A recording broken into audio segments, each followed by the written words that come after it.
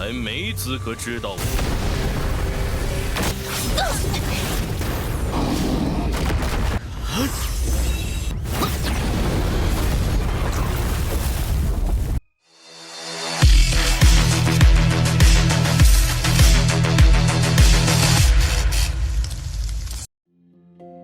Halo semua, selamat datang di Ruang Sinema. Bagaimana kabar kalian semua? Semoga selalu sehat dan baik-baik saja. Pada hari ini kita akan kembali melanjutkan series Donghua baru yang berjudul The Frozen Alchemist God, yang mana ini adalah episode yang ke-9-nya.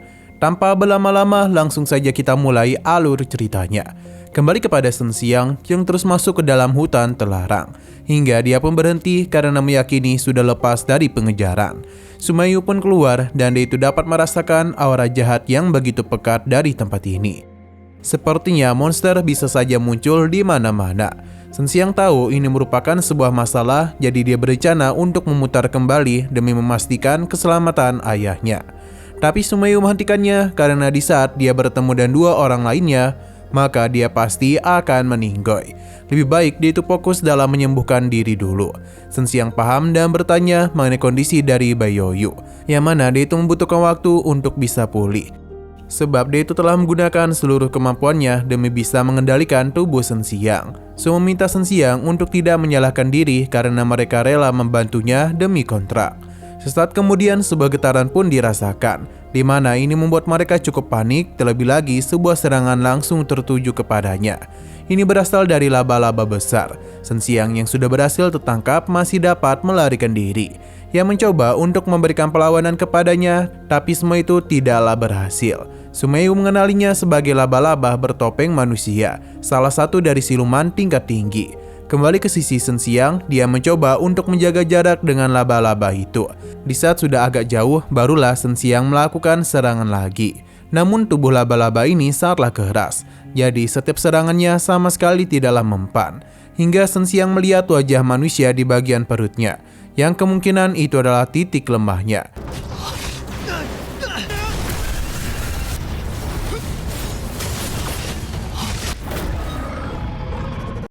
Shen Xiang akan mencoba melakukan penyerangan ke area perut laba-laba itu. Pergerakan cepat telah dia lakukan, di mana ini semua demi bisa mencari celah untuk bisa mengalahkannya. Pergerakan yang Shen Xiang lakukan tentu saja membuat laba-laba itu menjadi bingung. Hingga akhirnya Shen Xiang berhasil melukai laba-laba tersebut. Namun dia agak sedikit lengah yang mengakibatkan laba-laba ini berhasil melukainya. Melihat hal itu tentu saja membuat Sumayu menjadi sangat khawatir. Tapi semua ini adalah rencana dari Shen Xiang agar bisa mengarahkan Lei Long Wangjun ke arah perut laba-laba itu. Karena bagaimanapun serangannya harus dia pastikan mengenai bagian perut laba-laba itu. Dengan kekuatan dari naga petirlah laba-laba ini berhasil dirinya kalahkan. Sumayu tidak menduga Shen Xiang akan mengambil risiko untuk bisa melakukan penyerangan. Shen Xiang tahu betul betapa pintarnya laba-laba itu, jadi dia sedikit menipunya. Namun ada sebuah cairan yang keluar dari laba-laba itu yang membuat suasana di sana menjadi agak aneh. Terlebih lagi kabut merah juga tiba-tiba saja muncul, diikuti dengan suara seorang pria. Shen Xiang penasaran apakah itu, hingga dia pun dikejutkan oleh roh kebencian, yang merupakan jiwa yang ditinggalkan oleh orang yang mati karena dendam. Semua ini karena darah laba-laba itu membuat roh kebencian terpancing keluar dari bawah tanah.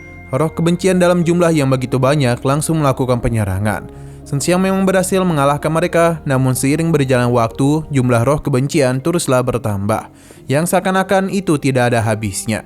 Tidak itu saja, namun aura jahat dari tempat ini juga terus meningkat. Yang bisa mereka lakukan hanyalah lari saja.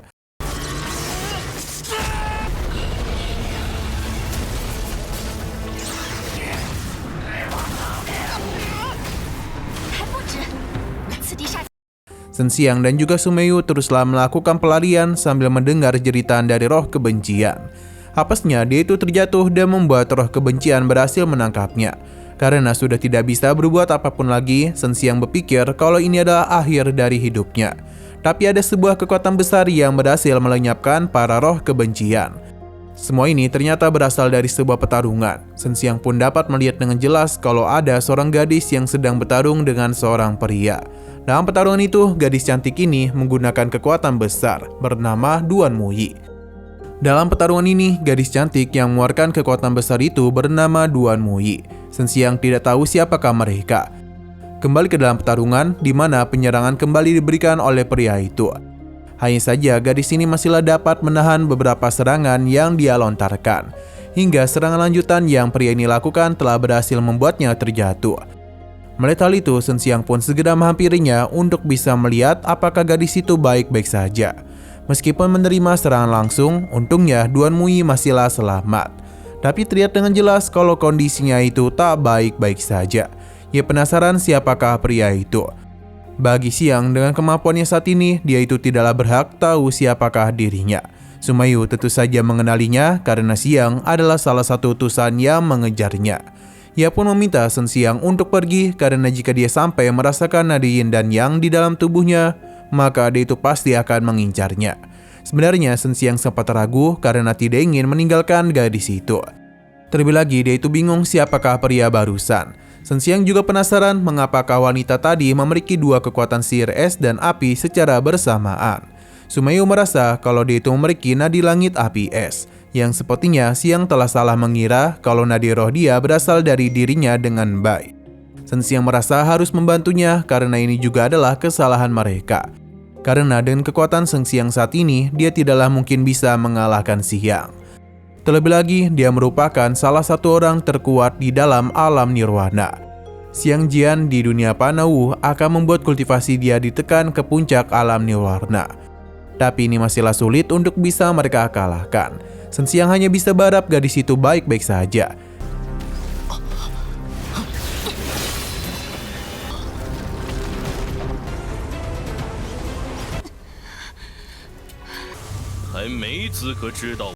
Kembali kepada Duan Muyi, Xiang memberitahunya untuk menyerahkan dua wanita itu kepadanya. Karena dan begitulah dia bisa membiarkannya hidup. Hanya saja Duan Muyi tidak tahu siapa yang dia maksud. Karena bagaimanapun Xiang ini telah salah paham. Pertarungan pun telah kembali terjadi lagi di antara mereka. Di mana dalam pertarungan itu terlihat dengan jelas kalau Duan Muyi masihlah bisa mengatasi berbagai serangan yang tertuju kepadanya. Kali ini adalah gilirannya untuk bisa menghabisinya. Namun di saat serangan Duan Muyi hendak menghabisi Xiang, hukum ruang telah dia gunakan yang membuat dia terhindar dari serangan itu. Alhasil malah Duan Muyi yang terkena serangan balasan. Tapi semua ini belum cukup untuk bisa menumbangkannya karena Duan Muyi kembali lagi melancarkan serangan kepadanya. Lagi dan lagi serangan Duan Muyi dapat dirinya atasi dengan mudah oleh Xiang. Padahal dia itu sudah melakukan berbagai serangan tapi belum kunjung dapat menumbangkannya. Ini sangatlah wajar karena terdapat perbedaan ranah yang jauh di antara mereka. Di saat mereka terus beradu serangan, Shen Xiang bersama Sumayu teruslah melihat pertarungan itu. Hingga gadis ini merasakan kalau aura jahat di tempat ini masihlah belum berkurang sedikit pun. Seakan-akan hanya ada aura yang murni di tempat ini. Sumayu pun meyakini ada yang salah. Jadi dia langsung saja melakukan pengecekan terhadap sebuah tempat. Begitu pula dengan Shen Xiang.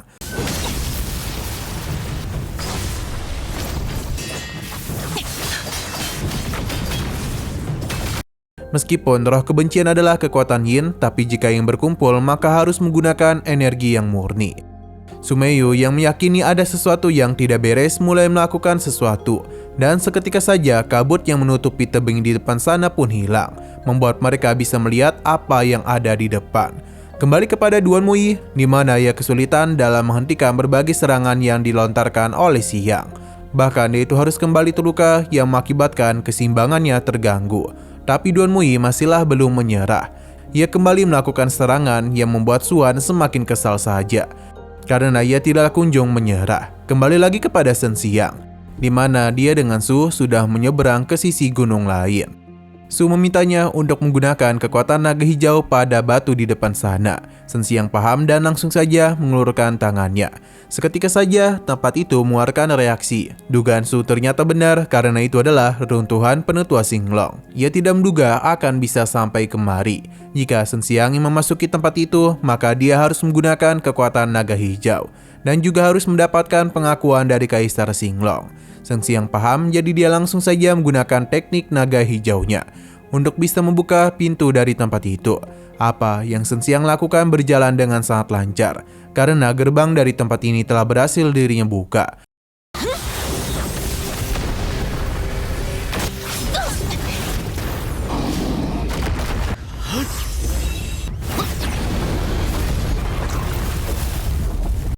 Hanya saja, Shen Xiang kembali mengkhawatirkan kondisi Duan Muyi, karena bagaimanapun merekalah penyebab mengapa Duan Muyi diserang. Kembali ke sisi Duan Muyi, di mana Xiang memintanya untuk menuruti perkataannya. Tapi sejak awal Duan Muyi sudah memberitahu kalau dia tidak pernah tahu apa yang dia maksud. Alhasil Xiang memiliki niatan untuk menghancurkan urat dan nadinya, dan begitulah ia bisa menyiksanya secara perlahan-lahan. Duan Muyi langsung saja menggunakan teknik pedang ke-9, di mana itu adalah teknik pedang api dan es. Kekuatan yang begitu besar telah dirinya keluarkan dan langsung saja menghantam pertahanan yang dibentuk oleh Xiang. Ia sama sekali tidak menduga dan apa yang terjadi, karena ia kesulitan dalam menahan serangan tersebut. Meskipun dirinya dibuat terpental, tapi Xiang itu masihlah bisa memberikan serangan kepadanya, yang membuat Duan Muyi tidak dapat pergi kemana-mana. Atas apa yang telah dia lakukan kepadanya, tentu saja membuat Xiang marah besar. Sedangkan Shen Xiang sempat bingung harus berbuat apa, hingga dia pun segera menghampiri gadis itu untuk bisa membawanya pergi memasuki Gua Xinglong. Sedangkan Xiang tengah melakukan pergerakan cepat untuk bisa mengarah kepada gadis ini. Namun dia tidaklah kunjung menemukan di mana dia berada, karena hanya ada jejak darah saja yang mencoba mencari ke sana kemari, tapi untung saja persembunyian Shen Xiang tidaklah diketahui.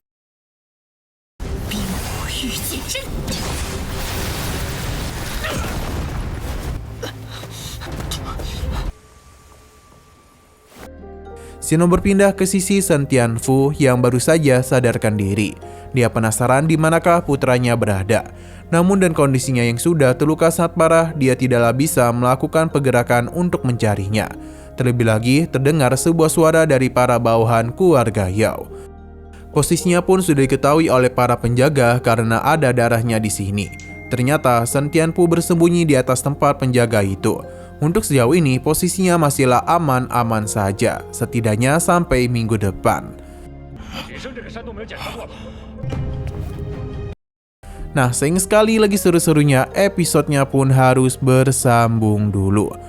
Oke, sekian dulu pada video kali ini. Untuk video selanjutnya akan segera hadir. Jadi bagi kalian yang ingin mengikuti series ini, langsung saja klik subscribe dan aktifkan loncengnya. Terima kasih yang sudah menonton video sampai habis. Jika kalian suka pada video ini, klik like dan share ke teman-teman kalian tentang channel ini. Dan ditunggu aja kelanjutannya. Oke, sampai jumpa di video selanjutnya.